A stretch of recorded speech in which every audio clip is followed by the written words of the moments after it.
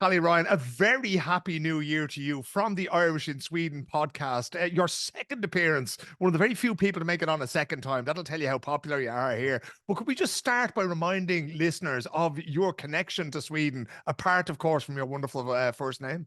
Yes, indeed. My first name is a bit of a giveaway. Yeah, so I'm half Irish, half Swedish. Mother was Swedish, father Irish. They met in a pub in Galway. The rest is history. And I was brought up speaking Swedish, lived in Sweden for about 5 years of my life in Kalmar, and then really raised in Ireland. As you can hear from my accent, it's not the Stockholm accent. So I'm proudly Swedish and Irish. There you go. It's always good to hear. How would you have celebrated Christmas then? Because just before Christmas, we went to Lots and Co. Down in Yes. Clontarf, and they had all the sort of, the Swedish Marabou, Choklad, and Julmust, and all that kind of thing. Do you Yes. go shopping there like before Christmas I and try to do. make it? Do you? I Yeah. do. We're not sponsored by Lots and Co, but I will say No, the bastards. they're brilliant. And They are we tremendous. have a Lots and Co near where I live down here in Sandymount. And I picked up Seal, I picked up Julmust, I picked up Marabou Choklad. So generally the way I'd celebrate Christmas is we do a big Swedish Christmas on Christmas Eve. As we know, it's the big Swedish Christmas day. And I'll invite my sister and her family, and we'll have a full julbord. I made 200 köttbullar this year. Thank you very much. I was appreciated, I think, by the troops. And we'll have a little bit of sing song and whatnot, and do that. And then Christmas Day, my sister hosts us and does the full Irish Christmas, so I get double the fun and double the amounts of sleepiness with copious amounts of food. It's tremendous altogether. How do your children react to that, Kalle? Because obviously, it's a sort of a second generation thing with you. You grew up with it sort of, with your mother in both Ireland and Sweden. Do they have that kind of relationship? Is it a big part of their Christmas now, or do they just tolerate you and your sister going through the motions? A little from column A and a little from column B, I suppose. But no, in fairness to them, I was always pretty strong about like keeping cultural ties. And I think because it's a part of who I am, I wanted to be a part of who they are. And I did speak Swedish to them as youngsters. But as you know, it's quite tricky in a place like Ireland where Swedish is not really that spoken, apart from my sister and myself, and I didn't know a huge amount of Swedes. So the cultural stuff, the rituals, the traditions, I think are a brilliant way for just connecting back to all of that history and all those people who went before us. And by the same token, like, I just kind of hope that they'll pick up on a few bits and pieces of it and maybe bring it to their own traditions down the road, because it's important and it's a way to mark sort of who you are and what you care about. And I think actually Swedish Christmas is potentially a bit nicer than Irish Christmas. Don't tell Jesus, Squeezy, you'll have them go mad all over Sweden. Oh yeah. Okay, it's equal. It's equal. Yes, yes. It was a lagom Christmas. Exactly, lagom Christmas for everybody. I think is we've ticked all the boxes there. Do your kids and do the people around you like Sill? I'm asking because there was one man from Dublin was spending his first Christmas here, and I think he was living in some sort of perpetual fear of eating raw fish. Like, do your kids go for that? Yeah, they have ventured to the Sill jar, but they've generally turned their nose up at it. The only person who really eats it is me. My sister will nibble at it occasionally as well, but in fairness, it is a tough sell. You know what I mean? It's not something that everyone's going to go for, but I love it. Jeez, it's not that bad, No, I think it's good. Listen, people eat sushi all the time. It's just another Scando kind of version of it, I suppose, if you want to call it that. And do you go all in with the whole lamb fiole and lutefisk and Janssens and all that kind of thing? No. Well, no, I do Janssens minus the stinky fish, because that was just immediately they were like, why would you ruin great spuds with putting stuff in it? And so we just do a potato gratin. But lutefisk, I think, is even a bridge too far for me. And I'm pretty adventurous with food, but the lamb fiole, no, it's meatballs, it's sausages, it's veg, it's cold cuts, it's all the usual knäckebröd and all the good stuff that you'd expect on a julbord. And Julmust on top of that then? Oh, yeah. Wash it all down with a big foaming tankard of Julmust, which I've tried to explain to people. I don't know if you, like, I don't even know how to describe it. It's like Coca-Cola, but it's not. And it's got this kind of weird sweetness, but it's not. And I don't know even how to describe it. I love it. Well, every year I convince myself this year I'll do the story for, of Julmust and how sales of Coca-Cola in this country fall off a cliff in December. And every year I forget until the middle of December, and then you go, fuck, it's too late. You I'll can do it do it for Must. Maybe you have yourself a run of a couple of months to build Exactly. Well, I have to change all the labels on the bottles first, but then I'll do that, you know. Listen, the reason that I got in touch with you, not that it's always nice to be in touch with you, but I saw a post that you put out there just after New Year, and any post featuring a picture of a can of Guinness Zero has my immediate attention, right? Could you tell me about that post that you put up there and Of why you course. put it up? Of course. So I posted because I'm 3 years off the drink, and it was just a kind of way for me to mark the occasion. So the reality was 3 years ago we were sort of at that Christmas period, New Year period, just after the pandemic had been at its height, and you know, like most people, I'd probably been drinking a bit too much, but that wasn't really the reason. My brother-in-law had his 40th birthday. He had a lovely night of cocktails, which we did over Zoom with pals in the States. I thought this is a lovely way to end off now the year, and I said I'll just take a little break from the booze, and then a few days became a few weeks, which became a few months, and then here we are 3 years later, and I don't drink anymore, and I just sort of wanted to put that post out and also just sort of express empathy, solidarity, warmth to anyone out there who is struggling with drinking. I'm thankful that I wasn't really ever somebody who was in the depths of struggling with drink, but at the same time, as you know, in Ireland, a lot of the world centers around drink, especially at this season as well. And so I just sort of think about those folks who maybe are having a harder time with it. And it's also just a marker for me and sort of think, yeah, I've achieved that. And that's something that's working for me. When we hear people talk about dry January, which is it'll probably Yes. make its way into the title of this podcast somewhere, it Okay. almost seems like Lent. You know, it seems like this Yes. enormous sacrifice, you know, as if you're crawling up the dusty mountain on your hands and knees kind of things, you know. What does that say about us as people, Kalle? Because, you know, like is there no life in Ireland without it? Well, I can attest to the fact that there is, and I think also there's a kind of a growing movement amongst people, I think, to sort of moderate, abstain, even like just feel healthier, perhaps. I think the dry January thing is there is a certain amount of Irish guilt about it. Going, oh Jesus, I've done loads now over Christmas. So I take a little break. But I also think, like you said, there's a sort of a self-flagellation thing where it's, Jesus, if I'll just have to try and get through a month now without drinking.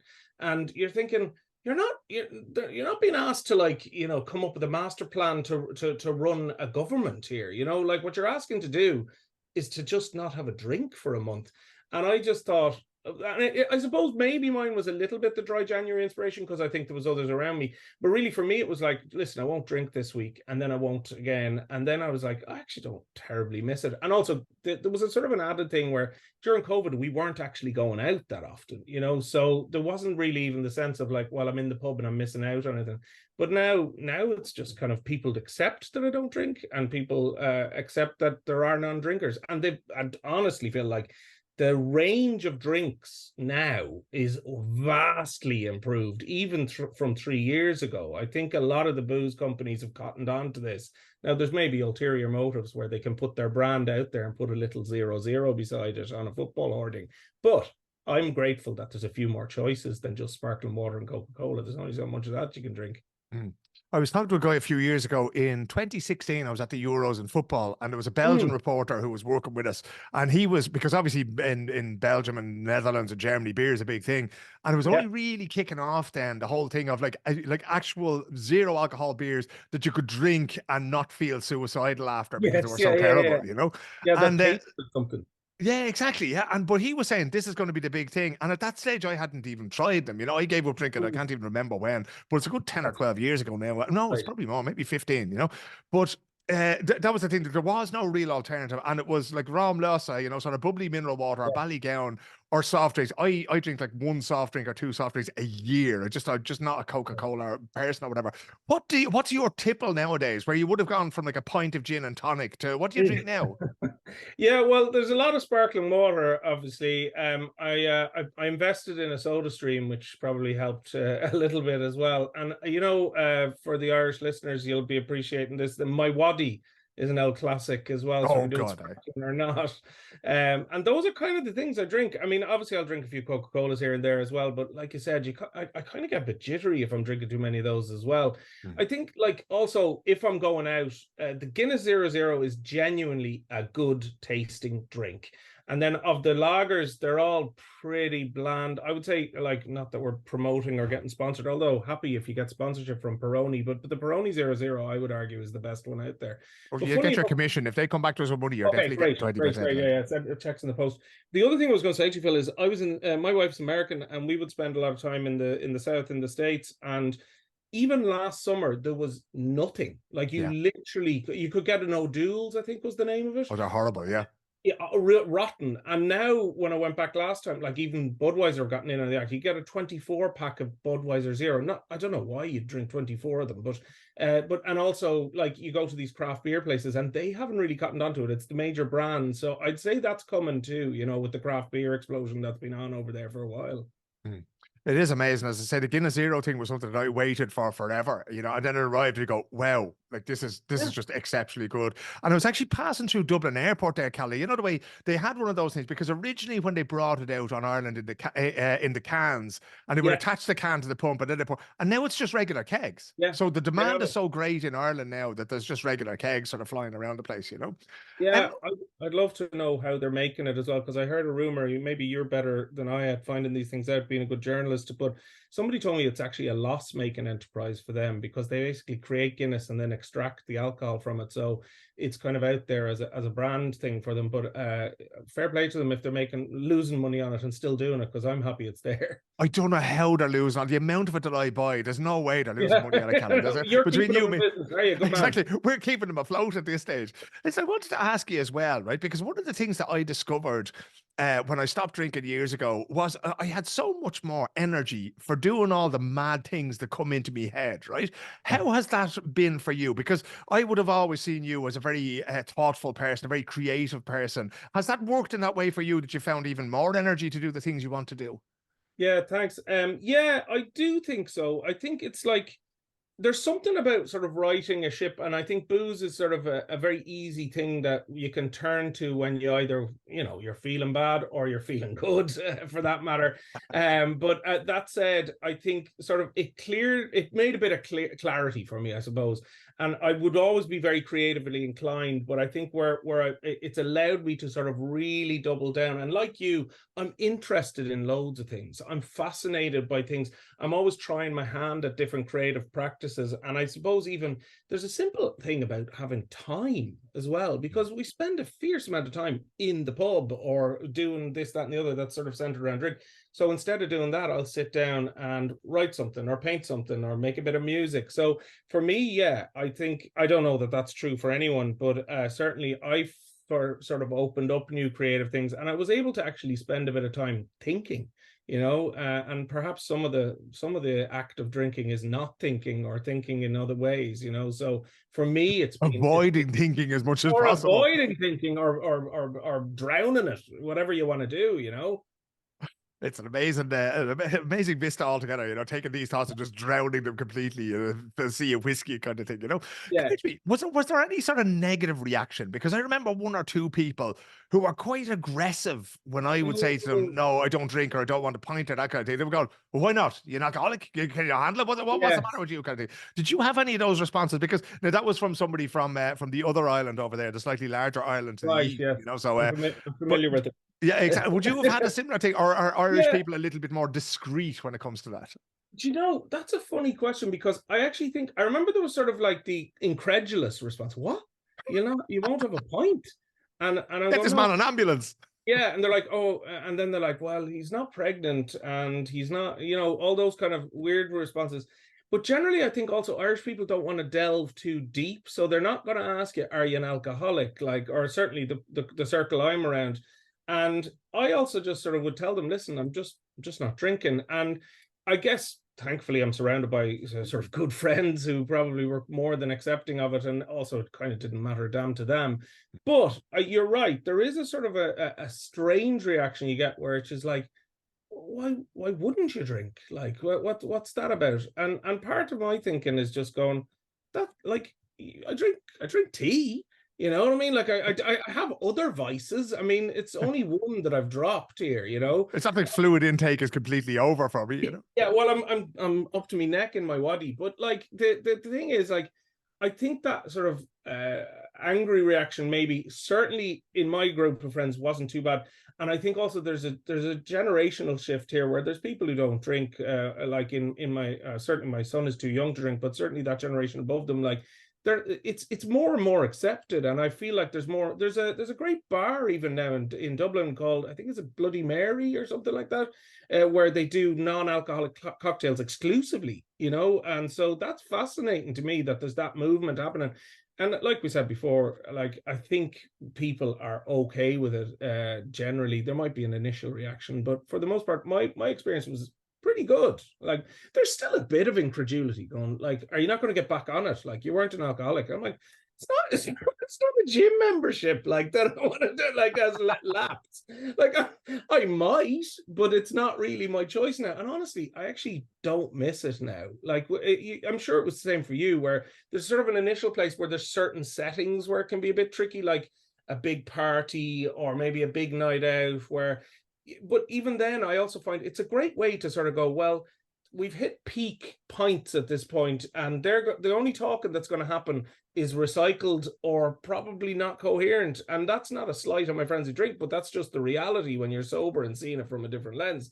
So I usually just go, I'm a big boy now, I can go home, have a great night, and that's that. And that's grand. And nobody seems to be too pissed off about that. I was at the Winter Olympics in China there a couple of years ago, and it was great. And we, you know, the sort of one of the lads came, or two of the lads came, and they went, "Okay, we're going to go to the bar and have a drink. Do you want to join us?"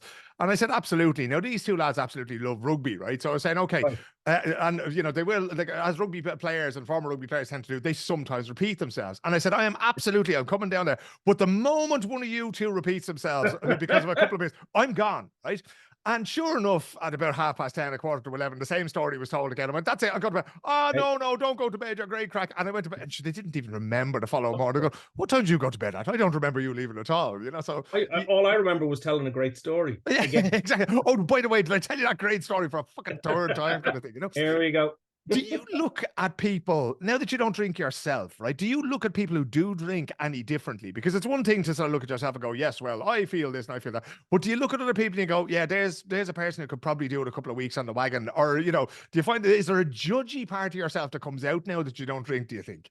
I'd like to think not. Like my wife still drinks. All of my friends drink. I actually, one of my good friends, Colin Keegan, the poet, doesn't drink either. And so we kind of do walks and things like that, so it's easy to sort of spend time together that aren't drink related. But when it comes to other people who drink, like I don't really there's no point in me judging them. Like what the hell, like who knows what journey they're on. Now certainly there's people I've seen where I'm like, they may want to lay off the sauce there, but it's also not like, are they going to listen to me? Like, in fact, probably less so than somebody who's drinking. Like, you know, they'd be like, what do you know about drinking? You don't even drink.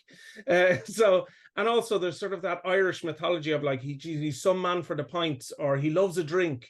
And you're like, well, what are we actually saying there? So I don't think that's my place, and I don't think it's right to even judge, because I have no idea like what that reaction would be, nor is it really my place to tell them anything. But yeah, of course you can see things and you can observe, but at the same time, like it's none of my business.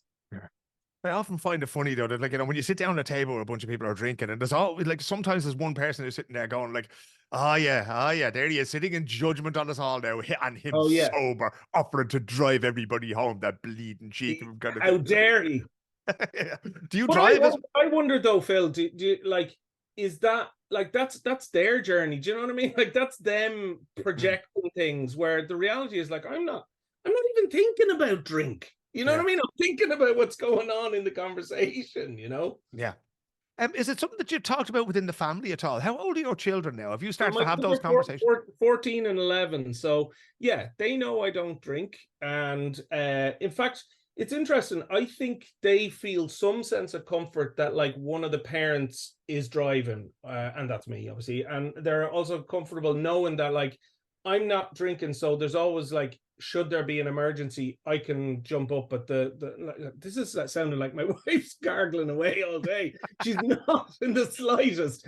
But by the same token, I think they appreciate it and they understand it. Certainly my 14-year-old would, but like the younger guy just knows dad doesn't drink. And that's not like, I mean, their generation is so much more interesting anyway, because they're so much more open to the world, Yeah. and they're open to all the questions that are currently like what we'd call sort of cultural questions. Those are just normal to them. So somebody not drinking is the same as anyone else who is, you know. So I Yeah. think we do talk about it and they do know it. And you know, it's not like we're proud of you, daddy, for not drinking. They're just like, dad doesn't drink. Yeah, it's just a thing, like, you know.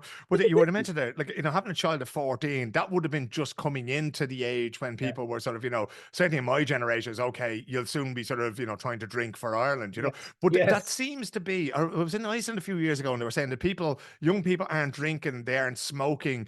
Is there a reason for that, Kalle? Because I know you've worked an awful lot in the social media world and you tend to have Yeah. your finger on the pulse of these, sort of, you know, the zeitgeist a little bit, you know. Why is that, you know? Is there people on TikTok telling them not to drink, or what is it? Well, I'm sure there's people on TikTok telling them not to drink. There's probably people on TikTok telling you to drink as well. No, I think, I mean, this is purely subjective, but my suspicion is that there's a sort of movement towards wellness and looking after your health, and probably even on the mental health side. I mean, that would be the one I would say has impacted me most positively, is that sense of like freeing up any senses of feeling down. Like booze is a depressant, we know that.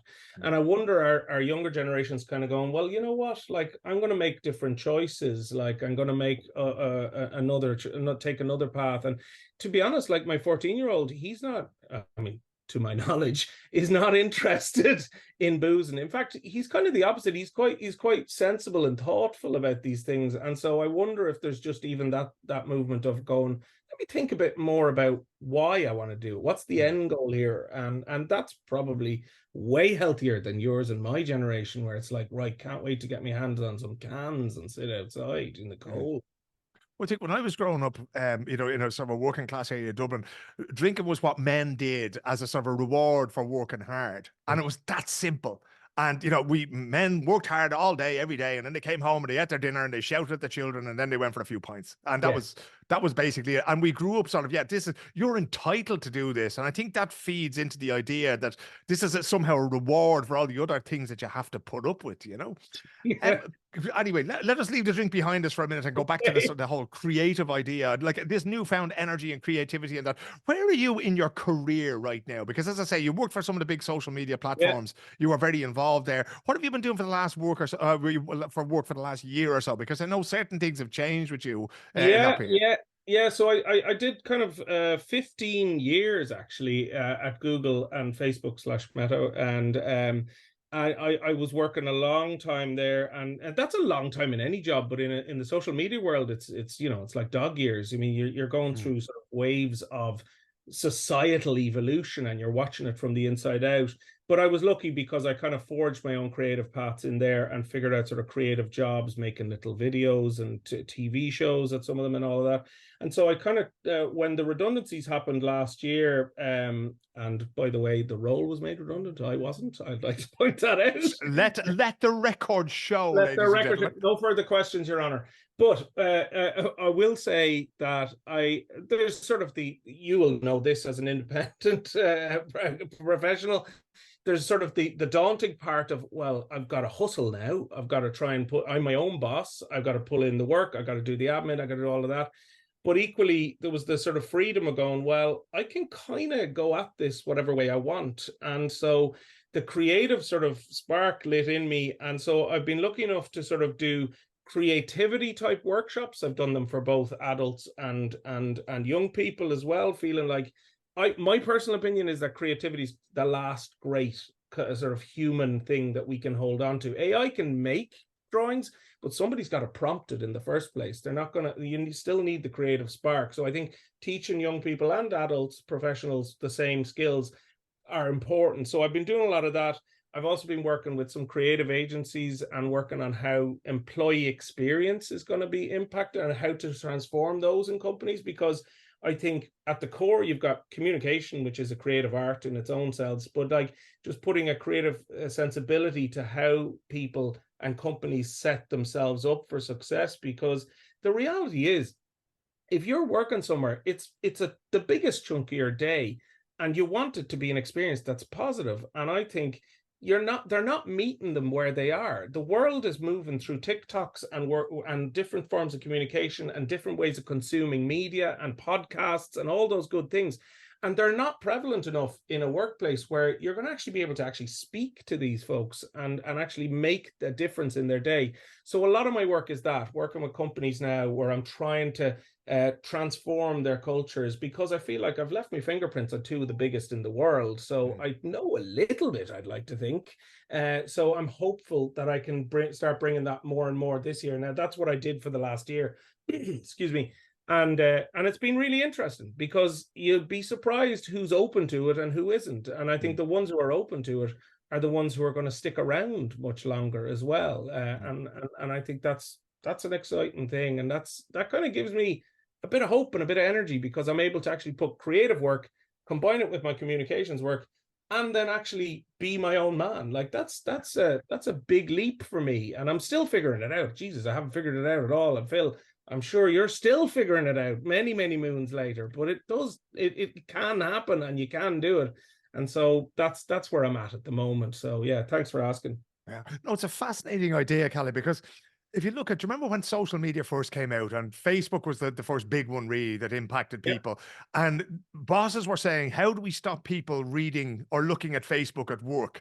And I always thought, why can't you make work as interesting as Facebook? Yes. Why can't you push the same buttons in me that make me want to communicate and make me want to produce and do all these things, rather than saying to me, oh, let's block that website on the firewall kind of thing, Shut it down, No, you're dead right. And even when I was at Facebook, they were talking a big game out in the world about video being the new format to communicate. But I saw a gap in there. I was like, we're not using it thoughtfully here. And so I set up a video communications team and started making little TV shows and sort of comedic humorous twists on things, as well as just information done packaged in a way that people understood. Vertical format video, not a radical idea, but it's happening already. So share that with people, make them, and if you're happy at work, you're going to work more productively, or whatever adjective you want to talk about. It's not huge rocket science here, but it's, by the same token, it's common sense, but it's not common practice. And I guess that's what I'm trying to do, is trying to bring some of that creative stuff in as a common practice and make people feel like, yeah, like you said, this is interesting. I'm prepared to engage. Yeah. Is there a big shift? You mentioned AI, artificial intelligence there, right? We mentioned social media and how you engage with employees in particular.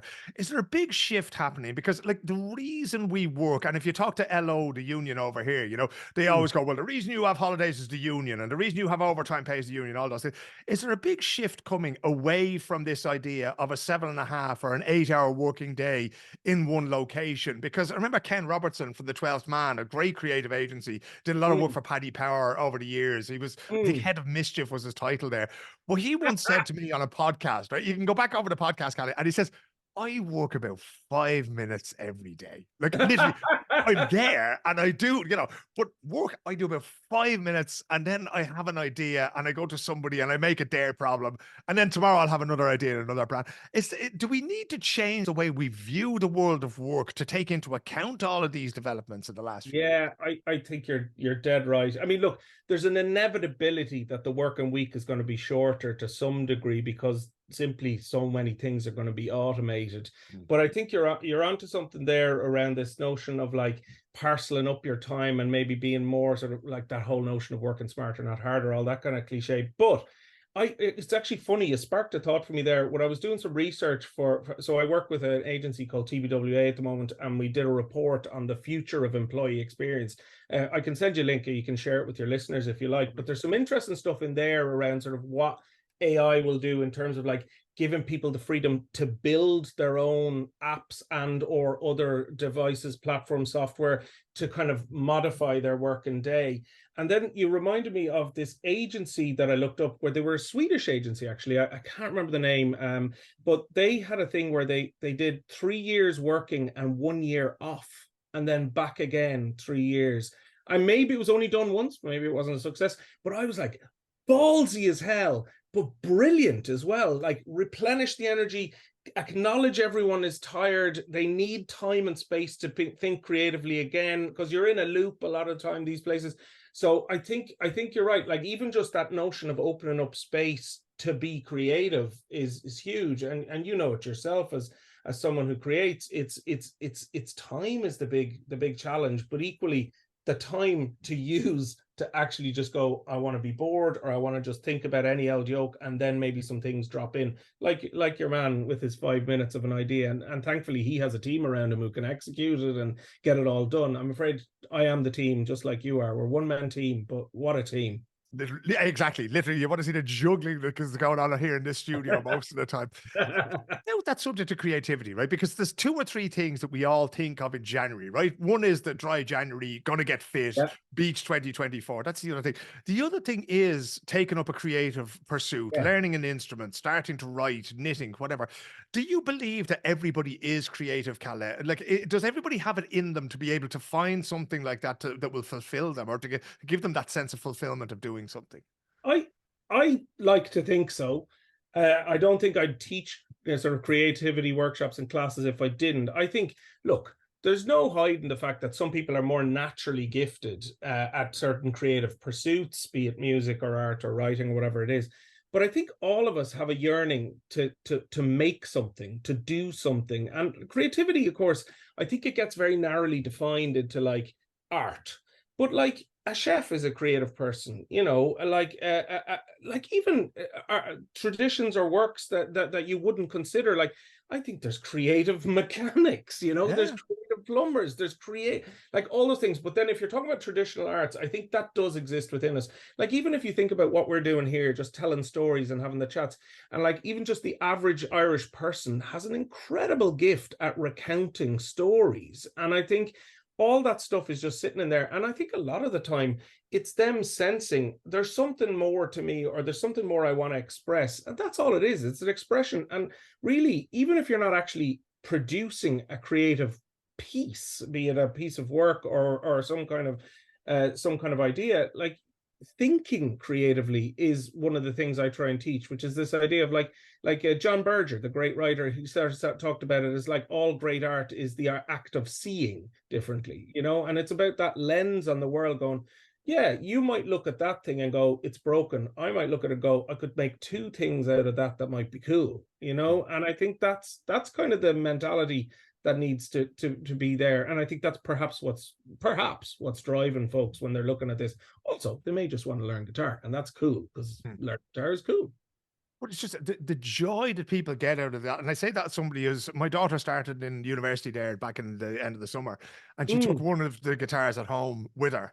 And like, I don't know, like, you're so good at the guitar now, I don't know how your studies are going, you know, that way, because she seems to be getting more crack out of that than anything else. But it's brilliant to see the joy that she gets from playing the guitar and singing, sitting on the dock of the bay, or whatever other song comes into her head, you know. Do you still, after all these years of, you know, leaving your fingerprints all over social media, do you still get that buzz, Kalle, when you come up with that idea or that process or that thought that you can share with everybody else? Of course. That's what we're chasing all the time, you know? And also, like, how many things in this world give you joy, or how many times do you stop to actually let joy in? You know, you're so busy doing other things. And I think like the act of creation is just a fun thing to do. And it's also just something that where you go, that thing didn't exist a minute ago, and now it exists. And I might finish it. Invariably, I don't, but invariably I do. And when I finish it, there's that feeling of like, that is something new in the world. And it didn't, and that was, well, like even with the kids, when I did the creativity workshops during the summer, I just said to them, okay, in 2 days' time, there's going to be a physical thing on the table. We were designing board games, as it happens. I said, that has never existed before, and it's going to happen because all of your brains are sparking right now, and we're going to learn some exercise and ways to do this. And then not only will you have made something that never existed before, but you now also have those things in your head on how to get there again. And that you might not make a board game the next time, but you might make a video game, or you might make a painting. And those things are skills, you know, that like those soft skills, and the creative skill, I think, is going to be the most valuable thing we can have, because AI can create art, it can create things, but it cannot truly have the creative spark, or certainly not yet. Famous prophetic words, play this back later when AI makes some amazing thing that nobody even thought of. probably will. But that true human creative spark, of course, it brings me joy, and it brings everyone joy. And the same joy I get from seeing another piece of art is the same joy I get when I actually create something of my own, whether it sees the light of day or not. That doesn't matter. I'm making it, and it's fun. Exactly. I think when you get to the point where you make things because you want to make them, not because there's an audience, there's people say to me, oh, why do you do this podcast for Irish people in Sweden when there's only a few hundred listeners every week? Go, that's not the point. The point is not to reach millions of people. The point is to reach people who want to hear it. And it's also to sort of, to take the experiences that we've had and say, okay, there was a gap there. I think somebody might appreciate this, and to put something into it. But the AI point is fascinating, Kalle, because especially in journalism and creativity, people have spoken about that. A friend of mine sent me a cover letter yesterday for a job that he's applying for. And I said, did you use ChatGPT for that? He said, yes. I can spot it a mile off, because it's too, I think the Swedish word is fyrkantig. There's like corners all over the place. That kind of. But the other thing is that I find it hugely useful, right? There's an app called Otter. And if you and me are having this conversation, it will transcribe the conversation in real time. Won't be perfect, right? But as a journalist, that saves me so much time in terms of, like, I can get quotes at a football match, and I can literally just copy and paste them, clean them up, and and I don't have to do that. And that frees me up then to either have a longer conversation or to talk to another person. Is AI just another electric guitar? Is it just going to end up being another tool for us to use?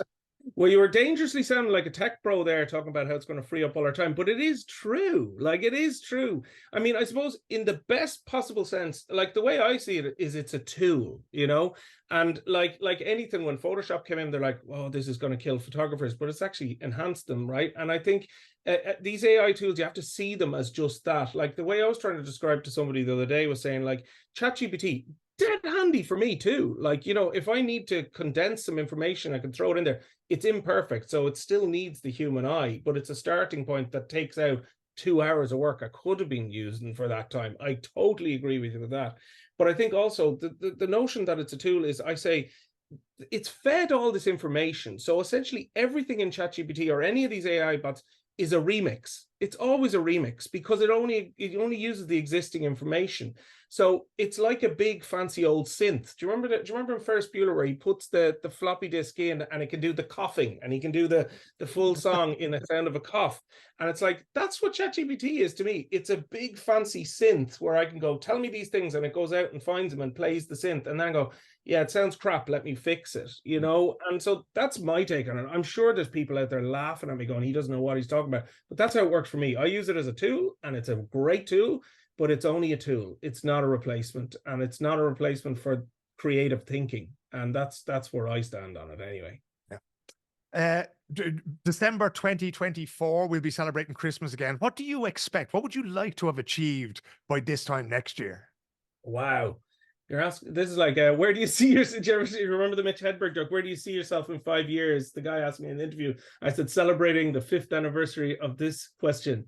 No, it's very mean of me to throw this in here at the end, but I felt I might as well, since we're talking about creativity. I mean, look, I think the reality is I just want to feel creatively and professionally fulfilled. Like those are very generic, broad answers.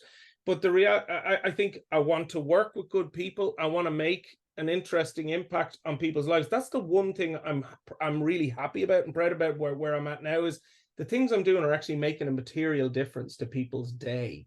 And so I think if I can work with more clients who are open to the idea of bringing creativity to their employee experience, bringing better communication, all of those things, I think we'll have a better workforce, we'll have a better world. So I don't know. I guess it's just like, be happy with what I've made and done that year, and and maybe the odd Guinness 0-0 along the way. We shall toast this conversation about creativity at the end of the year. We might actually come back together and see what we have achieved in the year with the odd Guinness here. I don't know why they don't sponsor this podcast. I've been hyping them since the very beginning. It's unbelievable.